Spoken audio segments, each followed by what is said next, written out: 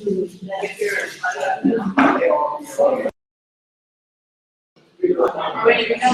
we're going to go ahead and get started. Guys, go ahead and come on in.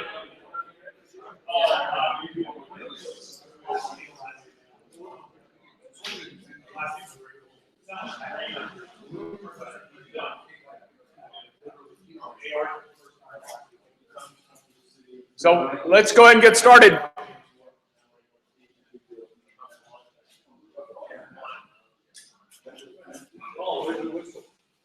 No whistle. Before we begin, I'm going to have Dan kind of talk about, everybody welcome. Is there anybody new here? First off? So we're going to have Dan kind of talk about what's going on with the finances and getting paid. The direct deposit is kicked in, and so we'll be getting paid on a monthly basis, but there are a lot of you that need to get your information, so he's going to talk to that information. Yeah, just quickly. So I apologize. It took a little time. It's QuickBooks is kind of newer to me, especially direct deposit. So I'm stumbling. Oh, sorry. Oh, there's a camera. Oh, that's frightening. So for those of you whose information I do have, you've been paid. So we're up to about 17 folks have been paid so far, and it's the next day. It's really quick. So all I need from you is your bank name, routing number, account number. You can email me it. You can send it to me. I had one person send it to me privately, so it's a registered mail, so make sure they have got it. Someone last night sent me part of it through email, part of it through text, so they weren't together. I don't care how you send it. Just make it easy for me. You can, whatever. If you haven't paid your $10 dues to the association, you can mail me a check for $10 and I'll get it right off that. But it makes it real fast. Literally, we'll be paid the next day. We're going to do it monthly, and we're running a report. I thought the data that I had right now was through the November 30th because that's the report I ran, but I found out last night by verification, looking some stuff up, November's data did not run with the report. So if you did some games in November and you're thinking, hey, I did some more, let me know. But I have the sheet back there. If you have a question about what games are you registered for, are you getting credited to, and how much is coming your way, I can tell you. But if you have the information, you want to give it to me now, feel free to give it to me now. That's it. Thanks. So we've got 2 presentations today. Matt, are you ready to go first? Sure. Okay. So Matt Eason is going to go ahead and present first, and then Aruna. If there's any time left, I'll kind of talk about the requirements for requirements for coaching. And it's a quick presentation for those of you that haven't seen it yet. I know that most of you are on the Google Docs format, so thank you for doing that. It seems to be getting more and more regular for people. And the feedback that I've been getting with regards to the activities is good. So any feedback, whether it be positive or negative, is a good thing to get, just so that we kind of work through this. Just so that you're aware, we are streaming this video for the first time. The idea is that there's been several complaints about not being able to get to the outskirts. So hopefully this mode will work with that. I have no idea what the quality is going to be like, so we'll see. I'll see it tomorrow when I kind of view it. You ready? Sure.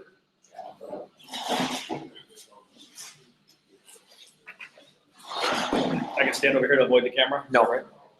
No. I got to find your, oh, here we go.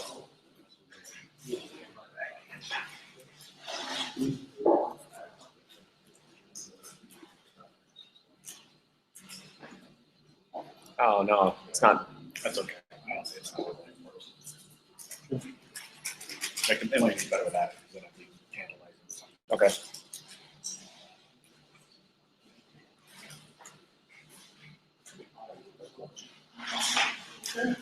So my presentation is we're going to watch the World Cup semifinal. So enjoy.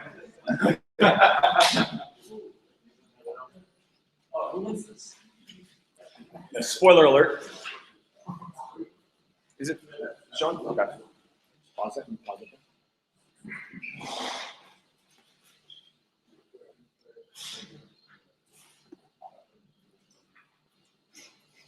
Okay. It should be. Why isn't it paused?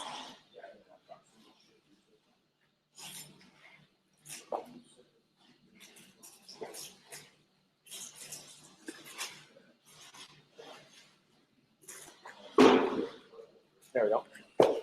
Okay. All right. So I think most of you know who I am. My name is Matt Eason. I'm a referee coach. I kind of come from that background, and I don't know why I feel compelled to title my presentations, but this one's coming out of the cold, is what it is.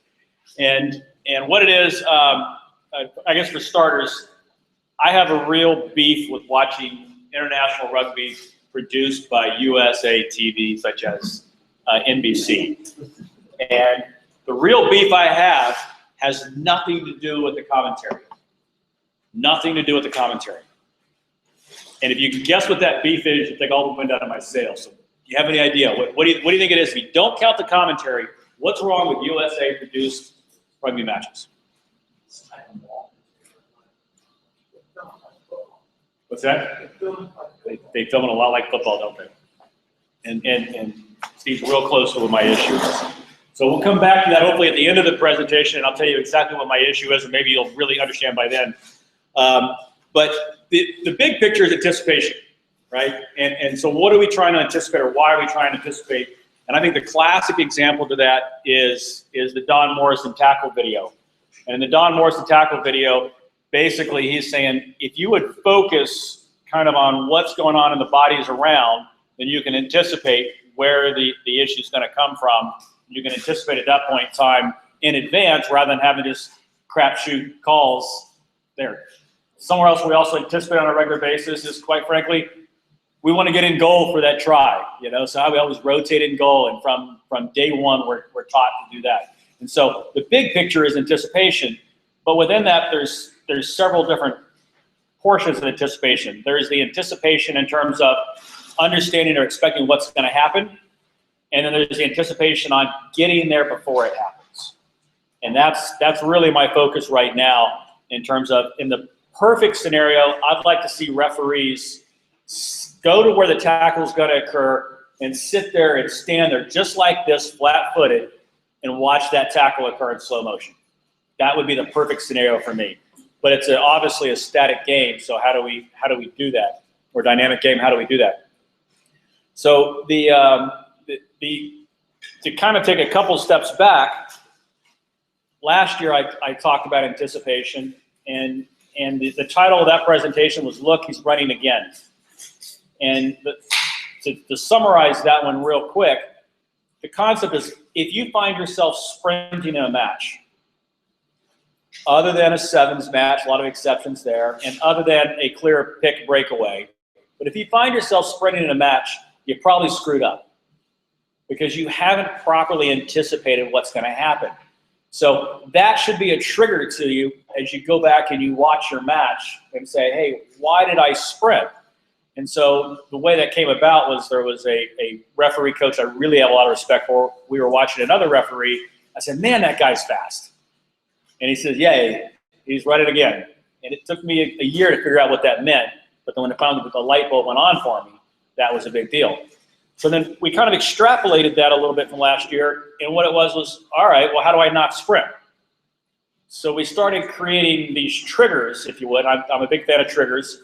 And the trigger was, I wanted referees to go out and count the number of times that the play went the opposite direction as you were after a piece, particularly a ruck or a scrum. And so thus, if you were on the left side and the scrum half went to the right side, then what's going on? And so then by counting, I think the count was irrelevant, but what was important is it created an awareness of that, oh wait, I'm on the wrong side. So now referees then started guessing, or not so much guessing, they started trying to anticipate, trying to learn and where they were going to go to reduce that count.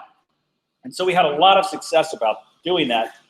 And that all being said, and with the success in that, I'm no longer a fan of that. I got a better one, I think. Think the operative word. And it's to get out of the cold. And the epiphany for me on this one was my son, who plays forward. He's in his 8th year of playing rugby. And we were watching some videos of his. He's going to St. Mary's, that's correct. Very excited, committed today. Thank you. But we were watching some videos of him last year. And at the videos, he'd hit these rucks that had already been won. And I was talking to him, I said, that ruck's kind of over, what are you there for? Oh, no, I was setting the platform. And then he hits another ruck and kind of, well, I needed to rest. And we were talking about this, and he obviously hit good rucks, but then we needed a term for that. And the term that we came to was hot and cold. Now, those are stolen terms. I did Jack Clark 10 years ago did a seminar for high school and middle school coaches that I went to. And I'm going to screw up the scoring system, but they effectively will grade each player after their match, and they watch the videos. And they'll grade the tackle. Not only how many tackles did you have, but was it a positive, neutral, or negative tackle? And then they post it on the wall on Monday morning who had the most tackles, and it's an honor to have, so to speak. And they have some kind of scoring along the same way with respect to rucks. If you hit a hot ruck, you get 1 point. If you hit a cold ruck, you lose a point because you're a body on defense being wasted at that ruck. You belong somewhere else. So my son and I started using this hot ruck, cold ruck concept. And then sure enough, he goes into his next match. The next match, his number of cold rucks was way down because he now had a little bit more of awareness that he had to pay more attention. Well, now I think you see where I'm going with that a little bit, I hope, in terms of I was working with a referee out in Minnesota at a tournament. And I really believe that we do a great job the way we teach young referees vis-a-vis, refereeing by numbers. But then we got to get into that next stage and start doing something different. And he was kind of stuck, and we were going to talk about anticipation. And so I said, here's what I want you to do. At every ruck, as soon as that ruck's been won, the contest is over. The second that contest is over, I simply want you to say the word cold. And so he was mic'd up. And so what would happen is, so we weren't focused on, I want you to go where the scrum half is and count that stuff. We didn't do that. We just simply changed it. I want you to say the word cold. And that was it. And he looks at me and says, that's it? What else would I do after that? And I said, no, just cold. That's all I want you to say. Because I was hoping he'd get the same awareness that my son did. And sure enough, we go out, we watch the match, and the first ruck or two, of course, he's getting kind of used to saying this cold concept. But then he got used to it, and he started saying cold, and he started saying cold earlier in the ruck, which was what we wanted. But the secondary product of that, or the byproduct of that, was even better than what we hoped. In that when he said cold, he would look at it, he'd say cold, and then he would have this mental void. And the mental void is, well, now it's cold, so now what do I do, coach? And what he did is he started looking up. And isn't that what we really want players to do and as referees to do? We want you to look up and see what else there is. And so because he had nothing else to do to officiate this point, by just simply saying cold, it was forcing him to look up and then try and find something else to do. So he started doing a lot more proactive refereeing at that point in time, or preventive refereeing, by looking up. So we did that, and if I was coaching someone right now that was having anticipation issues, that would be a full stop suggestion for the next match or the next few matches. Just go out there and get used to saying cold. Cold, cold, cold. Don't say hot, because it's obviously hot to begin with. Just simply say cold when it's cold. And do that for a few matches till you get really good at that. Then the progression from that, though, is, since we don't have these meetings all the time, the progression from that we did was, well, now once you say it's cold, I want you to try and figure out, so we kind of extrapolated from before, where that next play is going to go. And I want you to cut that tether, cut that line from being used to being by that piece. I want you to go to an extreme. I want you to go all the way as far from that next piece so that the next phase literally comes in and happens between you and the last phase. So as a result, he's going into that match and he's figuring it's going this direction. He's getting way out wide, way out wide. The play's coming back in the middle. And he was getting to that point where he would literally, it was happening, could proverbially sit here and watch that play unfold in front of him. Now, We then once he was getting used and had cut that tether and was willing to move out, well, then we started experimenting with it and say, okay, well, where is the best place to be? You don't want to be that far out. That's an extreme we don't want to get to. So we started working on that. But the kind of the progression is, one, recognize that piece is over. You have nothing left to referee there other than the oddity. And you can do the oddity from way over there. Two, then go away. Get used to going away. Then three, go away with a purpose so that now you're where the play is going to be and you can sit there with your arms folded, flat-footed, and watch the Don Morrison video in live action. And so we did that with him, and I've done it with several of the referees since then, and I've been happy with the result. It hasn't worked for everybody, but that's kind of the anticipation angle that I'm working on right now. To that end, and to kind of maybe prove my point, hopefully a little bit, is I would say you already do that with kicks. When you watch somebody kick the ball, do we watch the ball in flight and watch it go up in the air and the ball come down? We've broken ourselves that habit before it even formed, fortunately, is we anticipate from the first kick where it's going to go in its trajectory. And instead, rather than watch that ball, we're filling that void with all the other things going around. And that's the same thing that we want to do here. It's the same thing that's going on with getting into goal. We become so focused on wanting to get into goal to have the ball come to us that we find ourselves cheating and leaving early and anticipating, but it's that same anticipation we should be doing all over the pitch, not just to, quote, get in goal. The last part that hopefully maybe kind of where some of the epiphany came from takes me back to the production value of USA-based rugby internationals. Is yes, we all bag on the commentary and with fair reason. But if you watch the USA internationals, it drives us nuts. Every one of us in the room has either screamed at the TV or at least said it internally, this angle is horrible. And with the angle, they're so focused on the play, and you're like, no, give me the big picture. I want to see where the numbers are. Or conversely, the angle's way the heck out there, and we're screaming at the TV, no, I want to see the contest inside. It's that frustration that we're already used to seeing, in and out, that USA producers do so poorly of because they're not rugby people that know that we want to see the in and out. And it's that same production that I want you to do in your mind of the in and the out. Because I want you to get used to, as soon as that's dead, then get the wide angle to go. So you can watch videos of yourself, obviously, and just simply watch the video and, why are you there? Is it cold? Why am I looking at this thing? Why am I hitting this ruck? You can watch international videos and kind of in yourself start saying, that's cold. So if that's cold, why is the producer still on that? The really good matches, and this is one of them, and it'll disprove me a little bit here and there, but basically the producer's got a toggle bar or some kind of apparatus, and they hit it in their toggled wide angle, and they immediately toggle back into tight angle. And they're just toggling back and forth based on hot, cold. And so that's the gist of it. So we'll watch 60 seconds of this or 90 seconds of this. Hopefully you'll see what I'm talking about, and that's my hot and cold, short and sweet. Any thoughts or questions on that concept? Is it a cheat to get in goal? Is that bad? It sounded like you're almost okay with that. I think it's fantastic.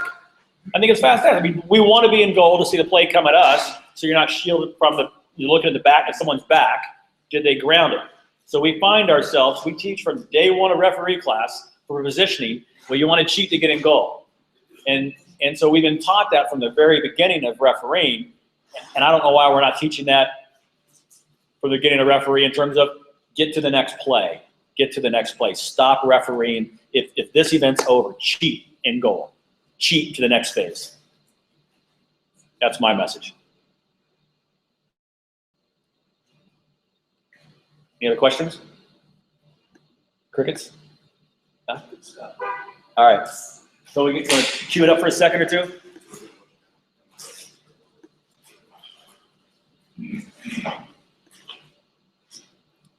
Let's see, where is the video?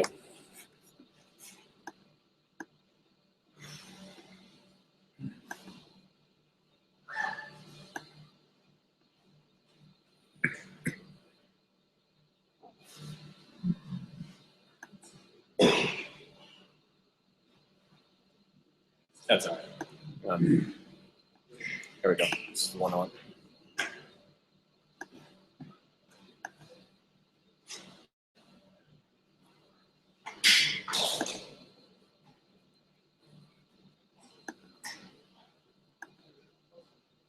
That's all right. I mean, it's, yeah, check out a BBC produced video at a quality venue with quality teams, and you'll see a producer that's toggling. And then watch, no disrespect, but an American produced video, and you'll scream at the TV, and that's kind of the concept. So, thank you.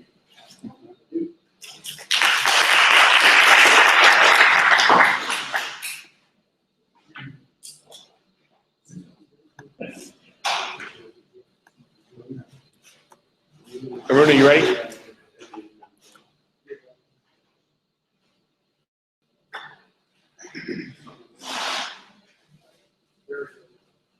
Where'd Aruna go? Oh, you ready? So I can get the PowerPoint up there. You don't really need to film. Just get the PowerPoint.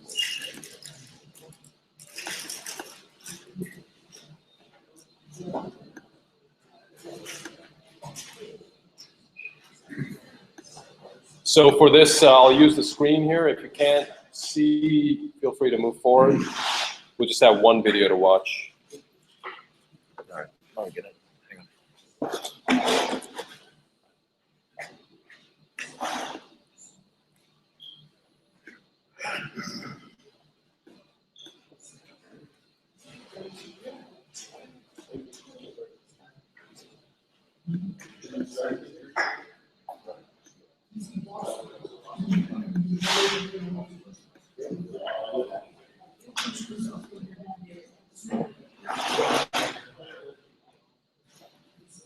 Why is it not sharing?